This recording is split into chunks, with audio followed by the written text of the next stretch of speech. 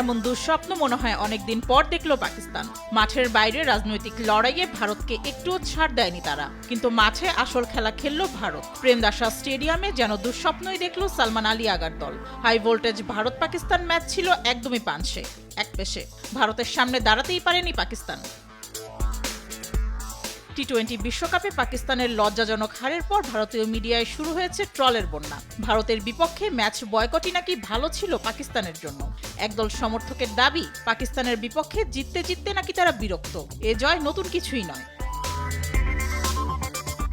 এক ভারতীয় সমর্থক টুইটারে লিখেছেন, পাকিস্তান এসেছিল আশা নিয়ে, আর আমরা গড়লাম রেকর্ড। আরেকজন লিখেছেন, ভারত পাকিস্তান ম্যাচকে হাই ভোল্টেজ ম্যাচ বলা বন্ধ হোক। টি-20 বিশ্বকাপে পাকিস্তানের সঙ্গে ৮ জয় কোনো প্রতিদ্বন্দ্বিতার পর্যায়েই পড়ে না। এদিকে জয়ের পর পাকিস্তানকে খোঁচা দিয়েছেন সাবেক ভারতীয় ক্রিকেটাররাও।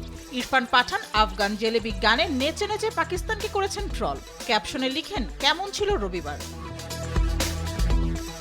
সাবেক ক্রিকেটার মুরালি কার্তিক জানিয়েছেন, ভারত পাকিস্তান ম্যাচ প্রতিদ্বন্দ্বিতার কোনো পর্যায়েই পড়ে না। পাকিস্তান দলের দিকে তাকান, কাকে ভয় পাওয়ার আছে? ভারত পাকিস্তান সম্পর্কের দিক থেকে প্রতিদ্বন্দ্বিতা থাকতে পারে, কিন্তু ক্রিকেটে প্রতিদ্বন্দ্বিতার কোনো প্রশ্নই ওঠে না। ক্রিকেটার বীরেন্দর সেহবাগ ঈশান কিষানের ঝড়ো ব্যাটিংয়ের প্রশংসা করে জানান, সত্যিকারের ধুরন্ধরের মতোই খেলেছে ঈশান। যথারীতি একেবারে ধবল ধোলাই খেয়েছে পাকিস্তান। এদিকে সুপার 8-এ উঠতে হলে নামিবিয়াকে হারাতে হবে পাকিস্তানের। হেরে গেলে বাদ পড়তে হবে টুর্নামেন্ট থেকে। মেহজাবিন হোসেন, স্পোর্টস ডেস্ক, দেশ টিভি।